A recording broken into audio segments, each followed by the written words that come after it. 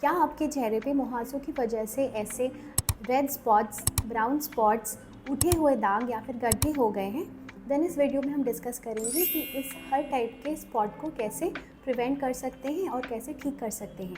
Lastly मैं एक और क्रीम भी बताऊंगी जो लगाने से ऐसे दाग होने के चांसेस काफ़ी हद तक कम हो जाते हैं। तो चलिए शुरू करते हैं।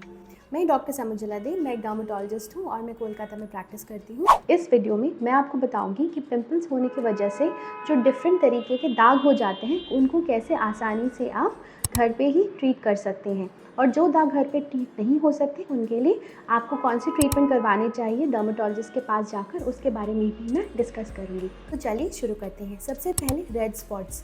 तो पिंपल्स ठीक हो जाने के बाद जो सबसे कॉमनली देखा जाता है वो है रेड कलर के स्पॉट्स। जो लोग बहुत फेयर कम्प्लेक्शन के होते हैं उनमें रेड स्पॉट ज़्यादा होते हैं, और जो थोड़े डार्क कम्प्लेक्शन के होते हैं उनमें कॉम्बिनेशन होता है, थोड़ा डार्क रेड स्पॉट होता है या फिर ब्राउन रेड स्पॉट होता है।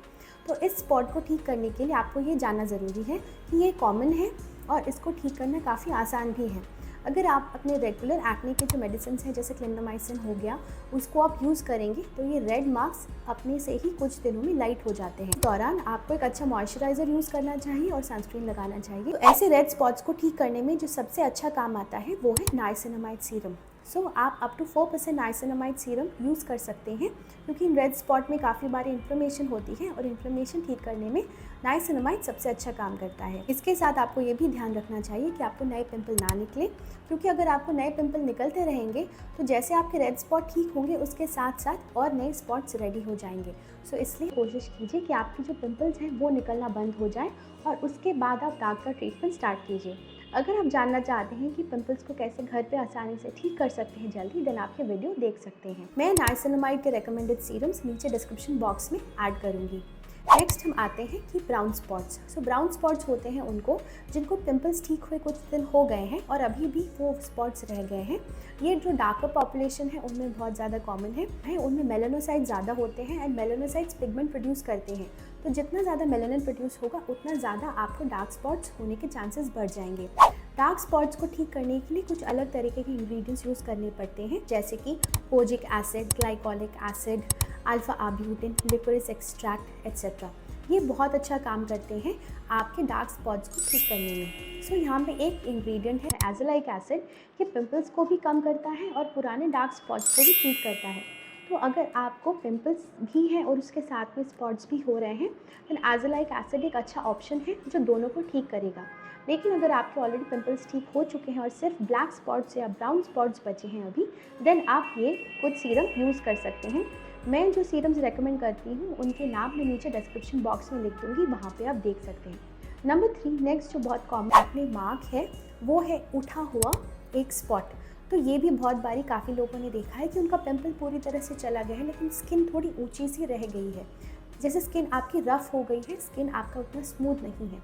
तो ये भी एक टाइप ऑफ एक्ने मार्क ही है। ये most commonly lighter skin population में पाया जाता है। काफ़ी बारी ये रेड मार्क होता है जो थोड़ा उठा हुआ है, और वहाँ पे जो प्रॉब्लम होती है कि वहाँ पे कोलाजन थोड़ा डिस्ट्रॉय हो जाता है। इनको पैपुलर स्कार्स भी बोलते हैं। आप कुछ दिन वेट कर सकते हैं, अपने रेगुलर एक्ने ट्रीटमेंट को कंटिन्यू कर सकते हैं, बट फिर भी अगर आपको ये एक्ने मार्क ठीक नहीं हो रहा है, जिस उठा हुआ आपका स्किन है या फिर आपकी स्किन बहुत ज़्यादा बम्पी हो गई है, देन आपको डर्माटोलॉजी ट्रीटमेंट की ज़रूरत है एंड आप कुछ केमिकल पील्स, माइक्रोडर्माब्रेजन, लेज़र ट्रीटमेंट ये ट्राई कर सकते हैं। इससे आपके ये जो उठे हुए एक्ने मार्क्स हैं ये बहुत जल्दी बैठ जाएंगे। नेक्स्ट हम आते हैं जो बहुत कॉमन कंप्लेन लोगों की रहती है, वो है ओपन पोर्स। यस, जिन लोगों को एक्ने की प्रॉब्लम है और जिनका स्किन ऑयली है, काफ़ी बारी आपके जो पोर्स हैं वो बहुत ज़्यादा वाइड ओपन होते हैं और आपके स्किन को एक बहुत ही ऑरेंज पील लुक देते हैं। तो ये जो है ये थोड़े कुछ केसेस में नॉर्मल होता है, बिकॉज आपकी स्किन ऑयली है तो ऑटोमेटिकली आपका जो सेबेशियस ग्लैंड है उसका ओपनिंग भी थोड़ा बड़ा है।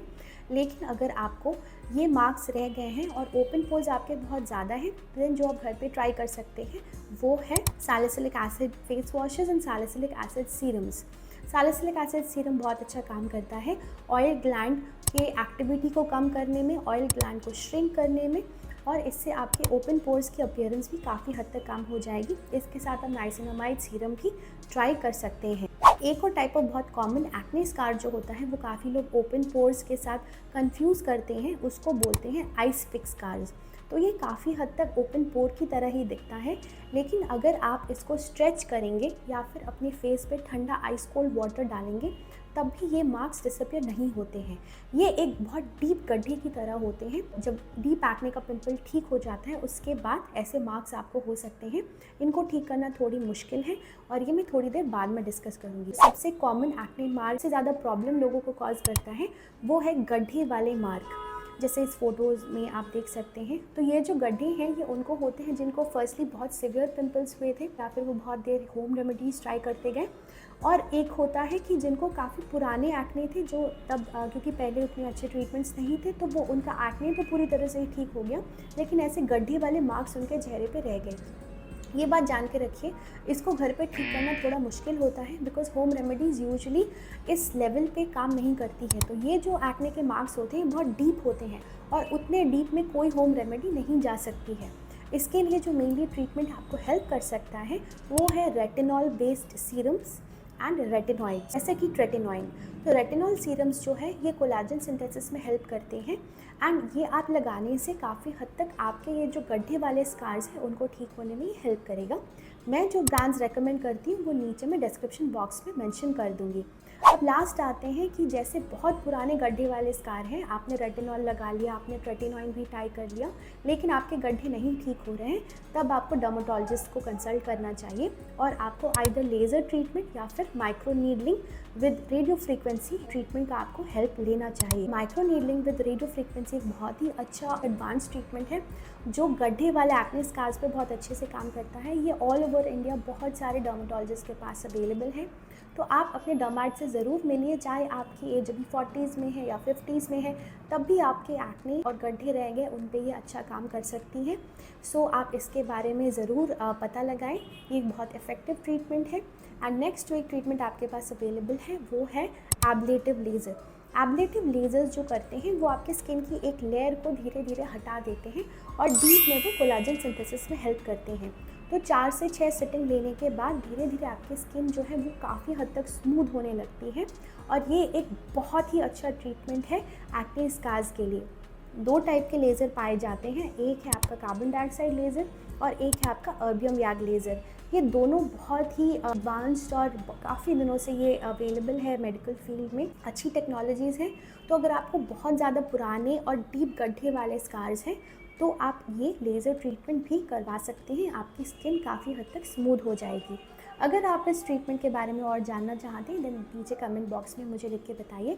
एक इजी टिप मैं शेयर करूंगी कैसे आपको पता चलेगा कि आपके जो स्कार्स हैं उन पे लेज़र या फिर माइक्रोनीडलिंग रेडियो फ्रीक्वेंसी ऐसे ट्रीटमेंट्स की ज़रूरत पड़ सकती है क्या।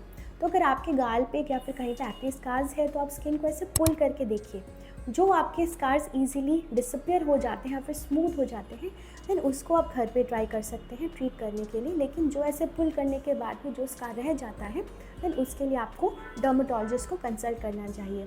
कुछ और ट्रीटमेंट्स भी होते हैं एक्ने स्कार्स के लिए, जैसे TCA क्रॉस हो गया, प्लेन माइक्रो नीडलिंग हो गया, पंच एक्सिशन हो गया, पंच एलिवेशन हो गया। ये कुछ सर्जिकल ट्रीटमेंट्स हैं जिनके अगर आपके कुछ 1 या 2 या 3-4 आपके बहुत डीप स्कार्स हैं देन उनमें ये बहुत अच्छा काम करता है। एंड लास्टली वो कौन सा क्रीम है जो घर में ही लगाने से काफ़ी हद तक आपको अगर अभी पिंपल्स हैं तो उससे दाग और गड्ढे होने के चांसेस बहुत ही कम हो जाएंगे, तो वो है सिलिकॉन जेल।